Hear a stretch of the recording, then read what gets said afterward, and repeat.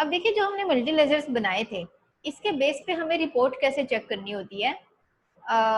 जो opening balances हैं वो कहाँ पे आते हैं। देखिए ओपनिंग बैलेंसेस जब हम फीड करते हैं उसका दो जगह इम्पैक्ट पड़ रहा है। एक हमारा trial balance, profit and loss account and balance sheet, complete financial statement get affected by the opening balances. अभी इट डिपेंड्स कि वो किस नेचर के अकाउंट है। हमने जो दो बनाए थे that was debtors and creditors, and debtors and creditors related to your non revenue items, that means balance sheet. तो किस में चेक करेंगे आप उसको, go to balance sheet and see. मैं यहाँ पे Alt F1 प्रेस कर रही हूँ। Alt F1 stands for to see the informations in detail. Fine.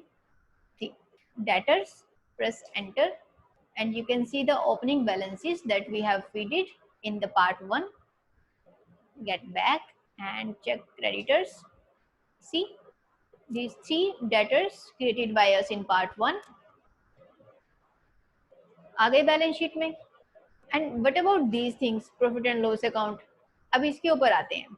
Wait, पहले मैं आपको ट्रायल बैलेंस दिखाऊं, क्योंकि आप इसमें जो भी डालते हो ना मास्टर्स में, अकाउंट्स इन्फो पे, इस मास्टर्स में डला हुआ सारे का सारा आपका इन रिपोर्ट्स पे इफेक्ट करता है, अपने आप जनरेट होती हैं अगर उनके ओपनिंग में बैलेंसेस आपने अगर डाले हो। Fine, profit and loss account अब ये खाली है, क्यों?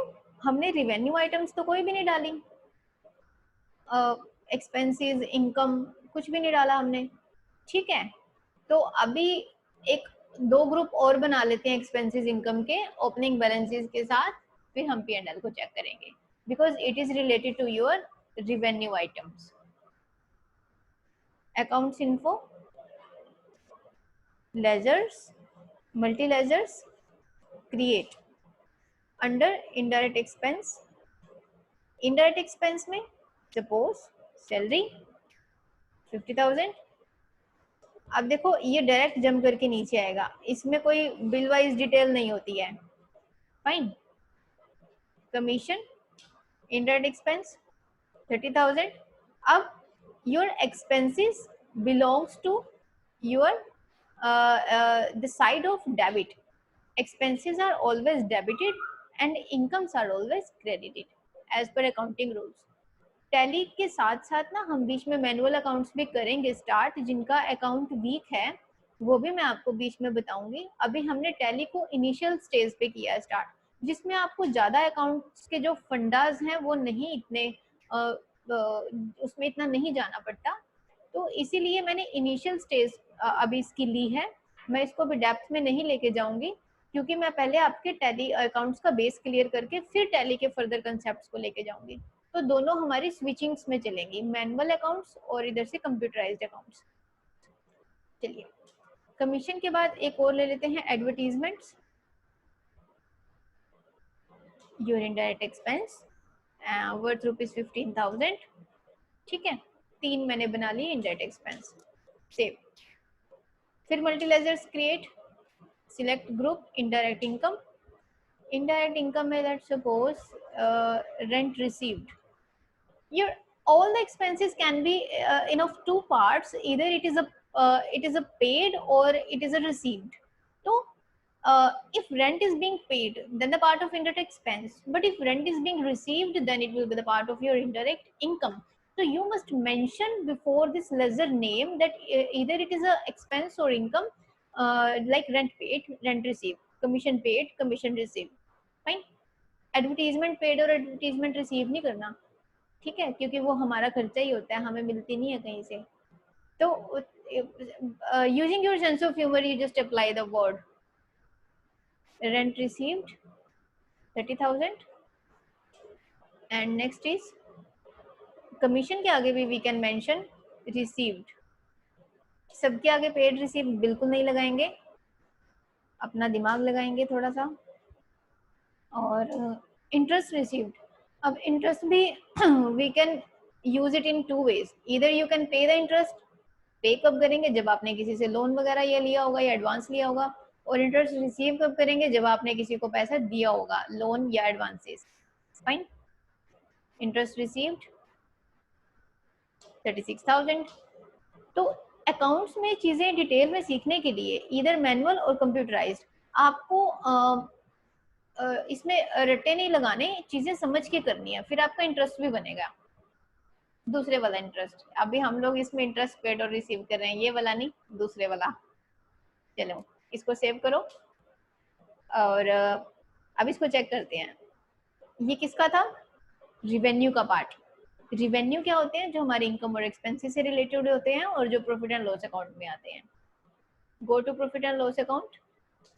अब देखो यहाँ पे पहले ब्लैंक था ना, अब देखो अपने आप टेब्यूलर फॉर्म में आ गया। ठीक है, ऑल्ट F1, डिटेल्स आ गई। ये है सारी डेबिट साइड, ये है सारी credit side. Can you see net profit 2000? How does it come 2000? Just दिमाग लगाएंगे थोड़ा सा। इनकम का पार्ट कितना है? 31, 36, 30, 97। एक्सपेंसेस का पार्ट कितना है? 15, 30 एंड 50, 95। तो 97 आपकी इनकम है, 95 आपके expenses and 2000 is your profit. अब इसी तरह से हम छोटी छोटी चीजें टैली में सीखते जाएंगे और उनके बेस पे रिपोर्ट्स चेक करते जाएंगे। तो इससे आपका अकाउंट्स में इंटरेस्ट भी बना रहेगा, आपको अच्छे से सीखने को मिलेगा। तो मैं बिल्कुल भी आपको उस वे में नहीं सिखाऊंगी कि जिसमें चीजों के आपको रट्टे लगाने पड़े। हम चीजें बिल्कुल डीपली सीखेंगे और लॉजिक्स के साथ सीखेंगे। और अगर आपको नहीं समझ में आती है तो आप हमें बताएं, फिर हम और तरीके चेंज करेंगे। ठीक है, तो अभी हमारे पास ये रिपोर्ट हो गई है।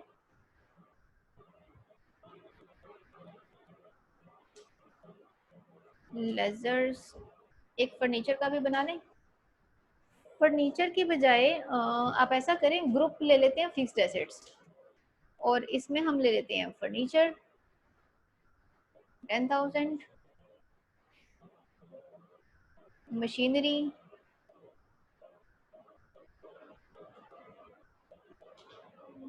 30,000। ओके, ये भी हमारी नॉन रिवेन्यू आइटम है। चेक करें इसको बैलेंस शीट में। अब एसेट्स में बैलेंस शीट में चेक करूंगी, इनकम एक्सपेंस P&L में चेक करूंगी। आ गया यहाँ पे फिक्स्ड एसेट। ओके,